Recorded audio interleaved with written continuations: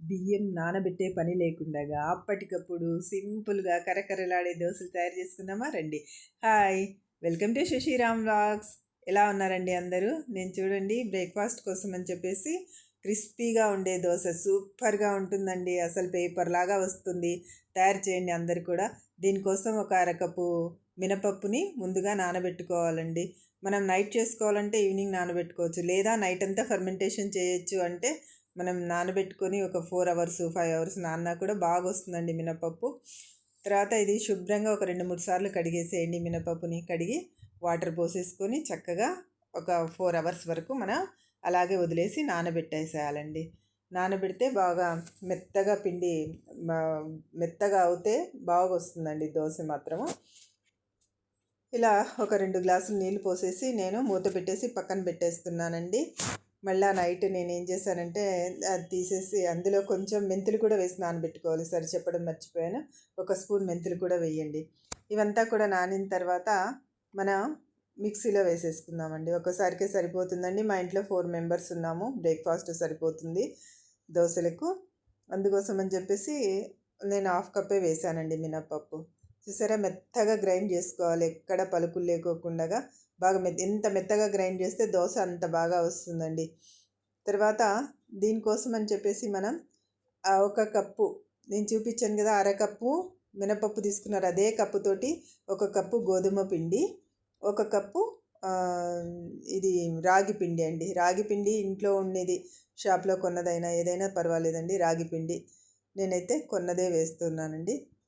1 cup గోధుమ పిండి, 1 cup రాగి పిండి, కొద్దిగా అంటే ఒక 2 టేబుల్ స్పూన్లు 3 టేబుల్ స్పూన్లు రవ్వ అండి, బొంబాయి రవ్వ ఉంటుంది కదా, అది కొంచెం వేసుకోవాలండి. అంతే, చూపిస్తున్నాను చూడు క్వాంటిటీ, అంతేనండి.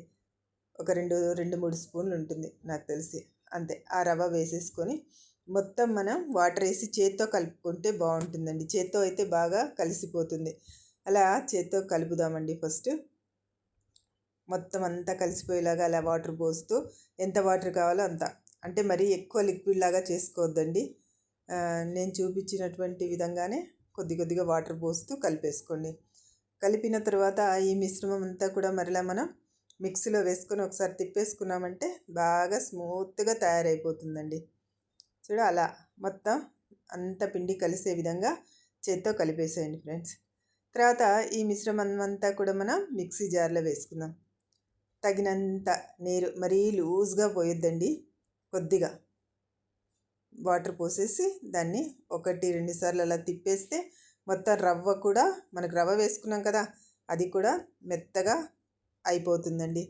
ఇలా గ్రైండ్ చేసుకున్న తర్వాత దాన్ని మళ్ళీ మనం ముందుగా మనం మినపప్పు నానబెట్టుకుని రుబ్బుకున్నాం కదండి, ఆ బ్యాటర్లో ఇది కూడా వేసేసుకోవాలి. చూసారా ఎలా కలిసిపోయిందో? అంతే అండి, అంత లూజ్తో చాలు. మరీ గట్టిగా లేకుండా మరీ లూజ్గా లేకుండా మీడియంగా ఉండాలండి పిండి. ఇది మొత్తం కూడా దాంతో కడిగితే కొద్దిగా మిక్సీ జార్లో అలా వాటర్ పోసేసి కూడా పోసుకోవచ్చు. అంతే, ఎక్కువ వాటర్ పోయకుండా కొద్దిగా. నేను చేయి కడిగేసుకుని దాన్ని కూడా అలా కడిగేసి, చూసారా, అంతే ఆ వాటర్ పోస్తున్నానండి. ఇది మొత్తం మళ్ళీ బాగా కలిసే విధంగా కలిపేసి పెట్టేసుకోవాలి. మనం అప్పటికప్పుడు కూడా చేసేసుకోవచ్చండి. లేదు కొద్దిసేపు బాగా ఫర్మెంటేషన్ అయినాక మార్నింగ్ చేద్దామంటే చేసుకోవచ్చు. ఒక్కొక్కసారి మనం ఎండాకాలం చేసుకునేటప్పుడు మాత్రం బాగా ఎండలు ఎక్కువ ఉన్నాయనుకోండి, ఒక 3 అవర్స్ కంటే ఎక్కువ బయట పెట్టకుండా ఫ్రిడ్జ్లో పెట్టేసుకుంటే కూడా పిండి బాగుంటుందండి. ఎండాకాలం కాకుండా చలికాలం వానాకాలం అయితే మొత్తం నైట్ అంతా బయట ఉన్నా కూడా చాలా బాగుంటుందండి. చాలా బాగా పొంగుతుంది కూడా పిండి. మార్నింగ్ చూస్తే చాలా బాగా వస్తాయి ఫ్రెండ్స్ దోశలు.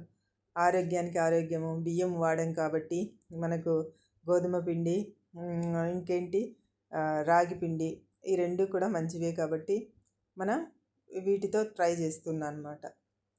చాలా బాగా వస్తాయి క్రిస్పీగా. పిల్లలైతే అట్లా ఇష్టంగా తింటారు ఫ్రెండ్స్. చూసారా మార్నింగ్ పిండి ఎలా తయారైపోయిందో? మొత్తం ఒకసారి అలా కలిపేసుకుందామండి.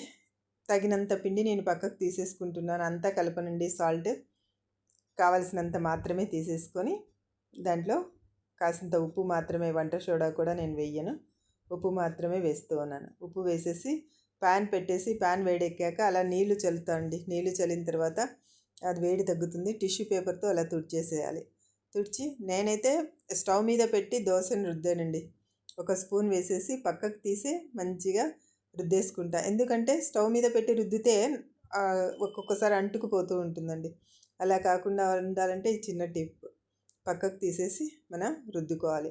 మంచిగా రుద్దిన తర్వాత మూత పెడతా అండి. మూత పెడితే బాగా ఎర్రగా కాలిపోతుంది దోశ. చూసారా?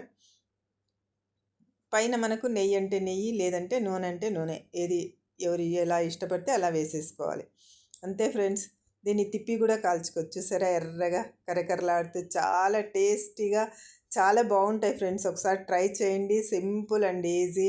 మనం రైస్ కూడా వాడుకోకుండా ఈ సమ్మర్లో రాగి పిండి మంచిది కదండి మనకు. ఇలా తయారు చేసుకోవచ్చు. రాగులు నానబెట్టి అంత ప్రాసెస్ కూడా ఉండదు మనకు. ఈజీగా తయారు చేసేసుకోవచ్చు ఫ్రెండ్స్. దీనికి పల్లి చట్నీ కానీ, కొబ్బరి చట్నీ కానీ, లేదా అల్లం పచ్చడి కానీ చాలా బాగుంటుంది కాంబినేషన్. మార్నింగ్ హడావిడి లేకోకుండా ముందుగా అప్పుడు అనుకున్నా కూడా మనం తయారు చేసుకోవచ్చు. ఇది నైట్ అంటే ఈవినింగ్ నానబెట్టి నైట్ కూడా వేసేసుకోవచ్చు. కాకపోతే ఫర్మెంటేషన్ అవుతే ఇంకా బాగొస్తుంది. చూసారా? ఈ విధంగా ట్రై చేయండి ఫ్రెండ్స్. మీరు కూడా ట్రై చేసి ఎలా ఉన్నాయో, ఎలా వచ్చాయో కామెంట్ చేయండి. లైక్ చేయండి ఫ్రెండ్స్. కామెంట్ చేయండి ఎలా ఉన్నాయో. నా ఛానల్ మీకు నచ్చితే లైక్ చేయండి, షేర్ చేయండి, సబ్స్క్రైబ్ చేసుకోండి. చూసారా? అలా తిప్పి కూడా కాల్చుకోవచ్చు ఫ్రెండ్స్. చాలా బాగా వస్తాయి. రెడ్గా కరకరలాడుతూ ఉంటాయి దోశలు మాత్రం. మెత్తబడవు. వేడి వేడిగా దోశ చట్నీ తింటే సూపర్గా ఉంటుంది. అందరు కూడా ట్రై చేయండి. ట్రై చేస్తారని నా చిన్ని ప్రయత్నం ఫ్రెండ్స్. అలా మడత పెట్టేసుకోవచ్చు. చాలా బాగా వస్తాయి ఫ్రెండ్స్. అందుకే చూపిద్దామని బాగా అంటే మనం తొందర పడుకోకుండా నిదానంగా దోశని మాత్రం మంచిగా రుద్దుకోవాలి. చాలా బాగుంటాయి. అందరు ట్రై చేయండి. బాయ్ బాయ్ అండి అందరికీ.